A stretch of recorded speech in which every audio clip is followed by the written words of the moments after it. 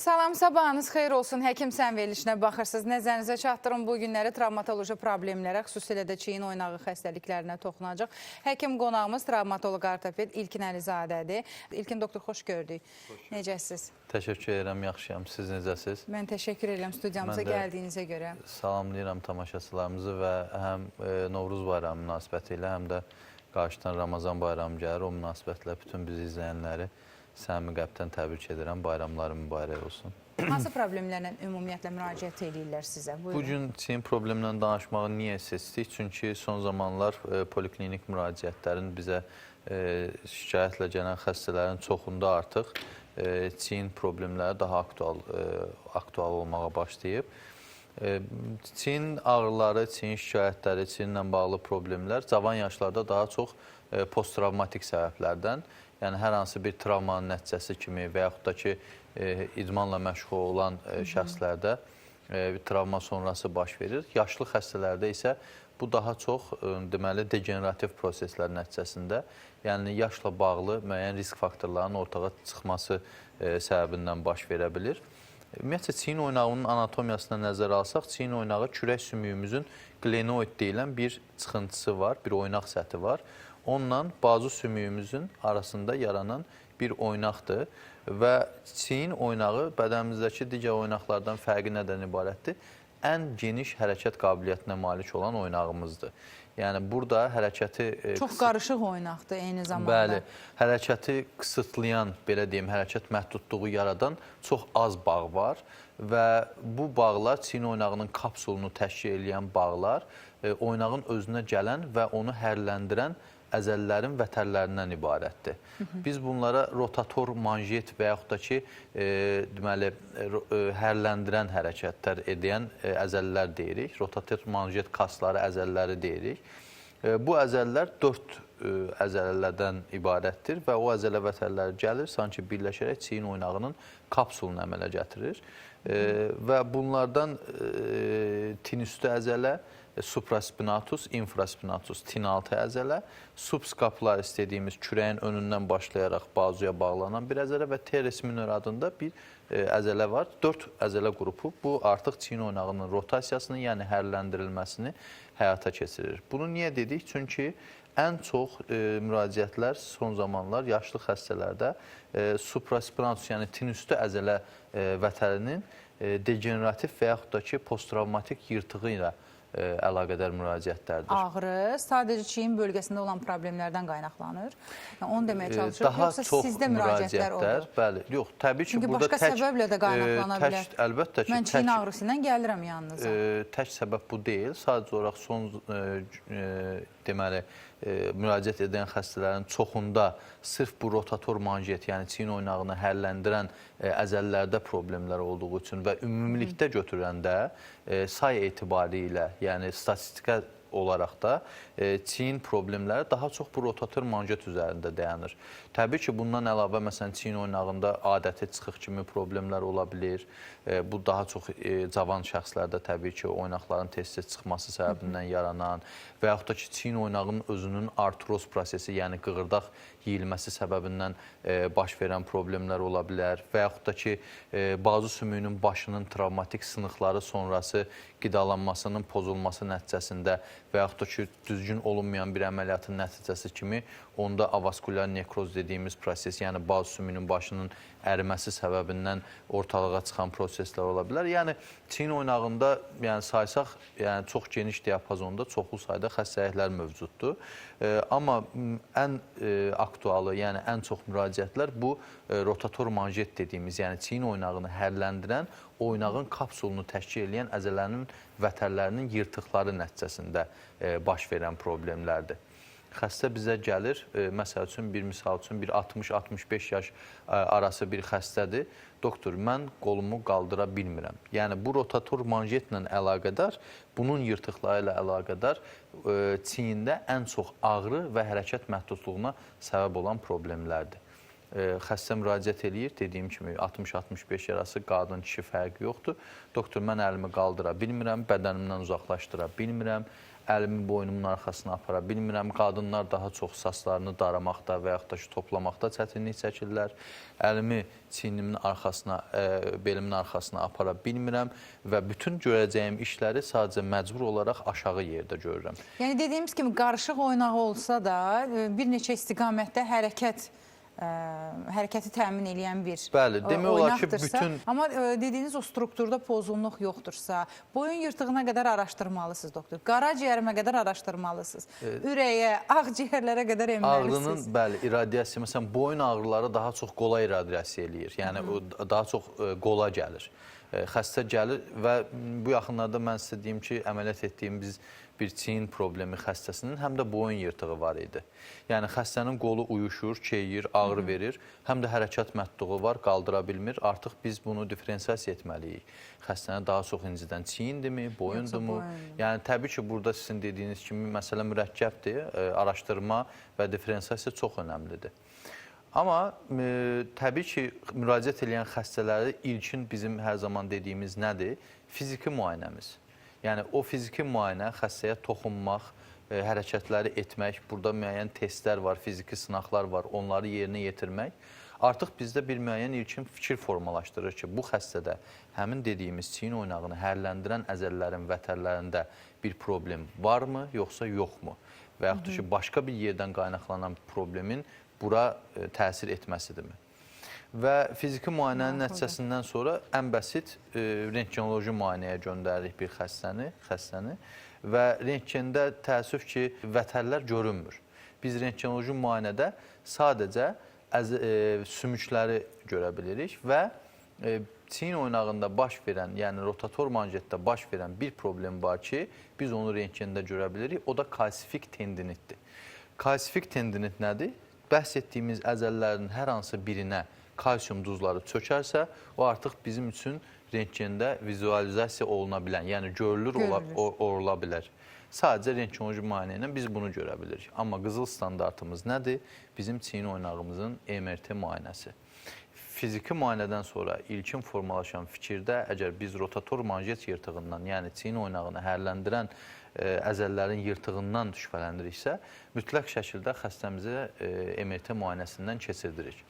MRT-də bütün bu bəhs etdiyim 4 əzələ vətərlərin hər hansı bir parsial, yəni hissəvi və yaxud da tam qat yırtığı olarsa biz bunu mütləq şəkildə görürük. Oynağın içərisində hər hansı bir qığırdaq problemi olarsa onu mütləq şəkildə görürük. Impingement sindromu dediyimiz bir sindrom varsa biz bunu mütləq şəkildə görürük. Impingement nədir? Burada kürək sümüyünün çıxıntısı var, akromion dediyimiz bir çıxıntısı var.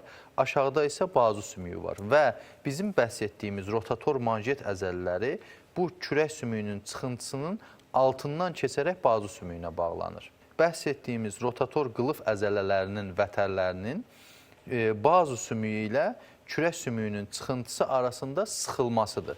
Təsəvvür edin, bu oynaq əgər bədəndən uzaqlaşarsa nə olar? Kürək sümüyünün çıxıntısı ilə bazu sümüyü arasında bu vətər sıxışar.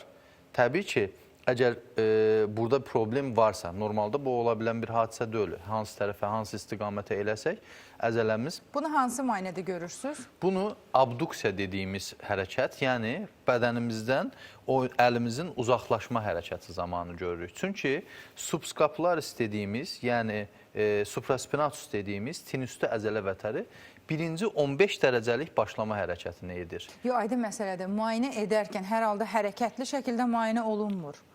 Yox. Stabil vəziyyətdə müayinə olunur. MRT-dəmi? Mən fiziki müayinəni soruşdum. Yox, fiziki müayinədə... Fiziki müayinədə uzaqlaşdıran zaman, bəli. Ağrı testi artıq 90 dərəcədən qaldıranda, bəli. Amma müayinələrdə... 90 dərəcədən çox qaldıran zaman artıq o sıxışma sindromu orada baş verir və xəstədə bir ağrı yaranır. Yəni klinika nədirsə, mən gəlirəm ağrı ilə, ağrı hansı hərəkətdə varsa, harada nə qədər məhdudiyyət varsa, onu aydınlaşdırandan sonra siz məni ona görə MRT-yə yönəldir və orada istiqamət verirsiniz ki, hansı formada çəkilsin? Xeyr, MRT standart, yəni hərəkətsiz formada çəkilən bir müayinə metodu. Onu deyirəm də, bax, o biraz bizim beynimizi qarışdırır. Standart formada çəkilsə, sizin dediyiniz o sindromlar, sıxışmalar, görülürmü? Çünki Bəzi sıxışmalar axı hərəkətdə meydana gəlir. Anatomik olaraq kürək sümüyünün bu çıxıntısı ilə bal sümüyü arasında bir standart məsafə var. O məsafə bilinir və radioloq tərəfindən bilinir ki, bu məsafə artıq qısalıb və hətta bu sümüyün altından bəzən osteofit kimi sümük çıxıntılar yaranır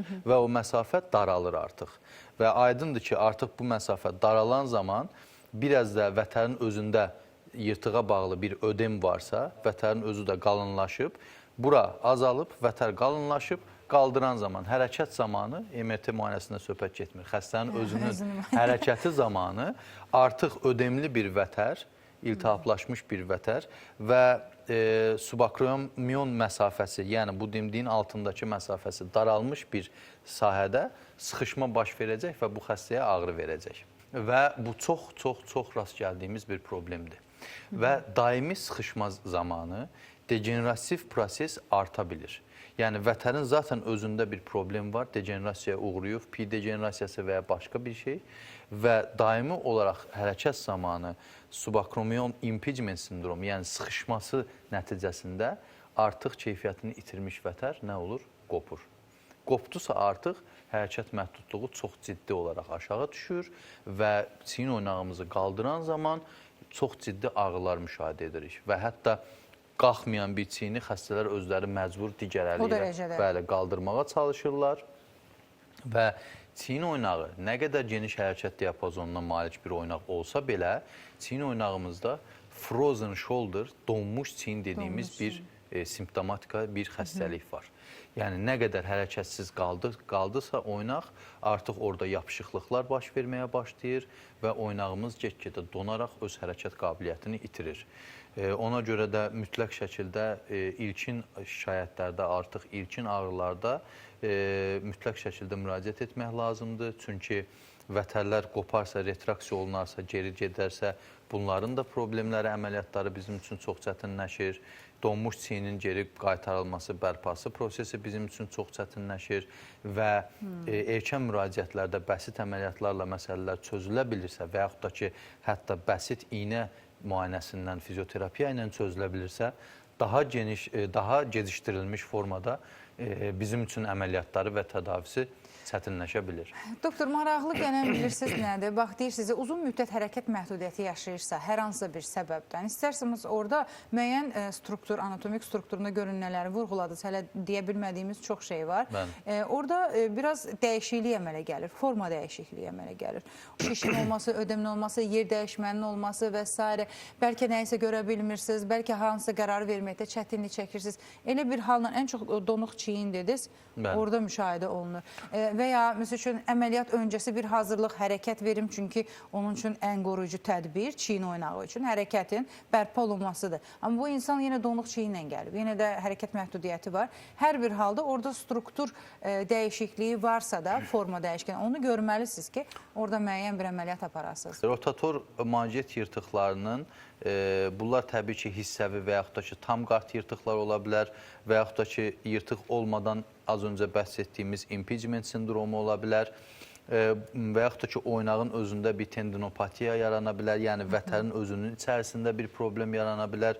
Bunun üçün xəstə müraciətlərində, yəni diaqnoz qoyulduqdan sonra ki, bu xəstədə problem budur, əsasən tək impingement sindromu və tam qat olmayan parsial yırtıqlı xəstələrdə çiyin oynağında biz fizioterapiya çox gözəl effekt verir.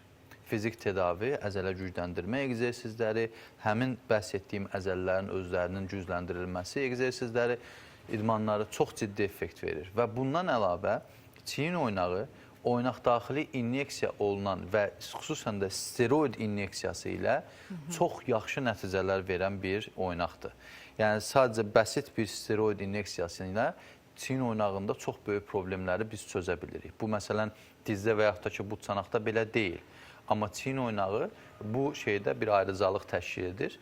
Məsəl üçün, oynaq içərisində hər hansı bir vətərdə ödem varsa, hissəvi yırtıq varsa, impingement sindromu varsa, hətta biz çiyin oynağı içərisində bir iynə ilə girərək, xüsusi bir dərman yeridərək, steroid yeridərək, çiyin oynağındakı problemlərin çox böyük qismini çözmüş ola bilirik.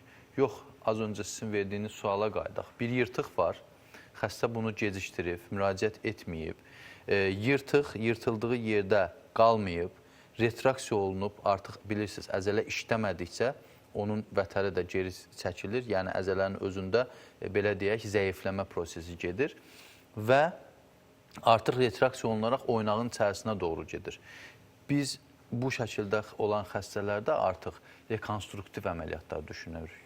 Normalda, məsəl üçün, tam qat yırtıqlı bir xəstə bizə müraciət edib, çiyin oynağını qaldıra bilmir. Heç bir fizioterapiya, steroid inyeksiya, idmanlar, dərman vasitələri təsir etmirsə, biz bu xəstələrdə artroskopik və yaxud da ki, minimal invaziv kəsiklə çiyin oynağında rotator manjet əzələlərinin bərpasını həyata keçirdirik. Bu əməliyyat çox kiçik bir kəsikdən çiyin oynağına daxil olub, həmən yırtıq olan hissəni sümüyə geri tikməkdən ibarətdir. Bunun üçün xüsusi bir ankor dediyimiz, surankor dediyimiz implantdan istifadə edirik. Bəzən artıq proses o qədər irəliləyir ki, o qədər retraksiya baş verir ki, əzələnin özünün artıq sümüyə geri tikilməsi mümkün olmur. Sizin dediyiniz bir quruluş pozuntusu, bir anatomik pozuntu yaranır artıq və bunun üçün artıq daha geniş əməliyyatlar, latissimus dorsi dediyimiz kürəyin əzələsinin birinin oynaq içərisinə köçürülməsi kimi rekonstruktiv əməliyyatlar həyata keçiririk. O yüzden hər zaman dediyimiz kimi, yəni mütləq şəkildə, əgər ağrı varsa, xüsusən də bu yuxarı ətraf bizim üçün daha vacibdir. Çünki gündəlik gördüyümüz bütün işləri biz çiyin oynağının hərəkətləri sayəsində edirik. İstər fiziki iş olsun, istər elmi iş olsun, hər hansı bir yazı yazmaq və yaxud da digər məsələlər, hamısı təbii ki, çiyin oynağının hərəkəti olmadan mümkün deyil. Yenə də insana individual davranılmalıdır da, onun həddindən artıq çox hərəkəti belə vətərlərdə iltihab törədir. Az hərəkəti belə məhdudiyyət yaradır. Lazım olmayan, yəni çəkidən artıq yüklənəndə problem yaradır. Hər hansı bir xəstəlik səbəbi ilə ağrı meydana çıxır və s. Başqa hansı xəstəlikləri görə bilirsiniz? Məsəl üçün, rentgenə baxanda deyə bilərsiniz, bunda bu problem var və s. Onu təyin etmək olurmu? Ən bəsitini deyim, çiyin oynağının çıxığı rentgende çox sadə formada görsənə bilir. Artritlər necə? Şübhəli artritlər? Ola bilir, bəli, artrit əlamətləri. Çünki oynaq arası məsafə artıq daralır, bəzi osteofit sıxıntılar yarandığı üçün biz onları rentgenoloji müayinə ilə təyin edə bilirik. Travmalar, çıxıqlar, hə, bax. Çıxıq demiş, yəni çiyin oynağının çıxıqları çox belə bəsit yanaşılmamalı bir durumdur. Nə üçün? Çünki çiyin oynağı çıxan zaman adətən çiyin oynağında daha çox çıxıqlar önə doğru baş verən çıxıqlar olur. Və çiyin oynağı çıxan zaman düşünün, bütün bu çiyini təşkil edən bütün əzələ və vətər, yəni ümumiyyətcə kapsulun özü bir deformasiyaya uğrayır. Və az öncə qeyd etdiyi anatomiyasında çiyin oynağı glenoid deyilən bir kürək sümüyünün çıxıntısının önündə hərəkət edən bir oynağımızdır. Və bu glenoid labrumunda, yəni onun kənarlarında dodaq dediyimiz, labrum dediyimiz bir hissənin çiyin oynağının yırtıqları zamanı, daha doğrusu çıxıqları zamanı yırtılmaq təhlükəsi olur. Və çiyin oynağı çıxıqlarının reduksiyasından sonra, yəni yerinə salınmasından sonra, oynağın bərpasından sonra mütləq şəkildə ən azından bir 4-6 həftə müddətində ora bir hərəkətsizlik verilməlidir. Oynağı yerinə taxan kimi adətən çiyin oynağında ağrılar dərhal keçir. Yəni xəstə təsəvvür edin, çıxıqla müraciət edib, ağrı çox şiddətlidir, hətta narkotik vurulacaq dərəcədə şiddətli bir ağrıdan söhbət gedir. Amma oynağı reduksiya edən kimi, yerinə salan kimi artıq bitdi. Ağrı demək olar ki, sıfıra yaxınlaşır. Və bundan sonraki dövrdə mütləq şəkildə qoruma, yəni oynağı bir velpo bandajı və ya bəsit çiyin qol askısı ilə mütləq şəkildə hərəkətsizlik vermək lazımdır ki, oynağın ətrafındakı anatomik strukturlar bərpa oluna bilsin. Bunlar olmadığı zaman xəstə hərəkətə davam edir və o sağalma baş vermədiyi üçün bir müddət sonra çiyində həmin çıxıqlar təkrarlana bilir. Və çıxıqlar bəzən mən xəstə görmüşəm ki, özü çıxığını özü reduksiya eləyə bilir və bəsit bir paltarı əynindən çıxartma hərəkətində, bir tişörtü soyunma hərəkətində askıranda belə. Bəli, çiyin oynağı yerindən çıxır və bir müddətdən sonra artıq yaşanılmaz bir duruma gətirib çıxardır. Yəni, gündəlik həyat keyfiyyətini etkiləyən bir vəziyyətə gətirib çıxardır. Təbii ki, idmançılarda biz daha çox erkən o adəti çıxıqlarda əməliyyatı seçirik. Amma fiziki aktivasiyası aşağı olan şəxslər adəti çiyin çıxıqlarında əməliyyata o qədər də üstünlük təşkil etmirlər, vermirlər daha doğrusu. Amma dediyim kimi bir müddətdən sonra artıq çıxıqlar elə bir tez intervallarda baş verməyə başlayır ki, artıq məcbur adəti oynaq çıxıqlarının əməliyyatını biz icra edə bilirik. Bu əməliyyata qədər olan zaman nə qədər olmalıdır, doktor? Çünki insan var ki, bəlkə uşaqlıqdan o vəziyyəti yaşayır, amma hələ də əməliyyatdan yayınır. Yəni, bu adəti çıxıqlar həmin o oynaqda nə kimi problemləri qabarda bilər? Təbii ki, hər dəfə baş verən çıxıq oynağın o həmin kapsula bağ aparatını zədələməyə başlayır. Yəni, bu oynaq bir kapsulun içərisindədir, bir qapalı bir strukturdur. Hər dəfə baş verən çıxıq, xüsusən də anterior çıxıqlar həmən bəhs etdiyim bu kürək sümüyünün oynaq səthi hansı ki, burada görsənmir, onun önündə bir labrum dodaq dediyimiz hissəni hər dəfə zədələyir. Və artıq o zədələnəndən sonra çiyin oynağında da əzəllər biraz zəifdirsə əgər, onu saxlayan ön tərəfdən heç nə yoxdur. Və o bəsit bir hərəkətlərdən çox sadə şəkildə çıxa bilir. İdmançılarda biz bunu qarşısı alımdandır. Yəni biz bunu necə deyim, yol verilən deyil ki, sən uzunca bir müddət adəti çiyin çıxığı ilə davam et, xüsusən professional məşq olan idmançılar. Çünki bu adamın işi budur. Yəni bir güləş, bir idman seremoniyasının ortasında çiyinin çıxındığını bir düşünün. Yəni çıxdısa bitdi, yəni artıq bu adam güləşə bilməz və yaxud da ki, hər hansı bir başqa bir idman növündən məşğul ola bilməz. Ona görə də adəti çiyin çıxıqları idmançılarda biz mütləq şəkildə əməliyyatla bərpa edirik. Və çiyin çıxıqlarının əməliyyatları Bankart əməliyyatı və laterjet dediyimiz ən çox iki əməliyyat növü ilə həyata keçirilir və son çalışmalar, ən son araşdırmalar Bankart əməliyyatı, daha doğrusu laterjet dediyimiz əməliyyatın daha uğurlu olduğunu göstərir. Biz bu zaman nə edirik? Bu dimdik, deməli, korokoid dediyimiz dimdik çıxıntını kəsib çiyin oynağında labrum dediyimiz, yəni yırtılmış hissənin önünə transfer edib 2 dənə şurupla onu şurupluyuruq ki, artıq müvəqqəti olur o? Müvəqqəti olmur, daimi şəkildə, bəli. Çünki az öncə dedim, o qədər adətən çıxıq baş verir ki və o həmin glenoid labrumun dodağın, yəni oynağın önündə onu saxlayan heç bir şey olmur.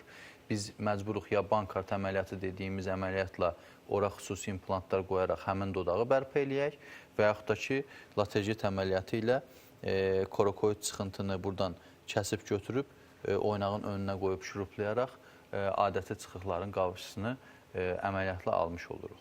Ayın 12-si hardayıq? Aprelin 12-si biz bilirsiniz hər zaman ayda bir dəfə, 3 həftədən bir daha doğrusu Bərdədə yerləşən Qarabağ klinikində xəstələrimizi qəbul edəcəyik. Bərdə və təbii ki, ətrafdakı rayonlar kim istəsə ortopedik travmatoloji istənilən problemdə uşaq böyük fərqi yoxdur. Aprel ayının 12-si Bərdə Qarabağ klinikasında bizə müraciət eləyə bilər, xəstələrimizi qəbul edəcəyik. Doktor, mən təşəkkür etmək istəyirəm. Xoş oldu sizinlə söhbət. Minnətdaram gəldiyinizə görə. Çox sağ olun. Bir daha xatırladım. Həkim qonağımız travmatoloq ortoped İlkin Əlizadə idi. Sualları olanlar varsa telefon nömrələrini qeyd eləyin. Həkimlə əlaqə yaratmaq mümkündür.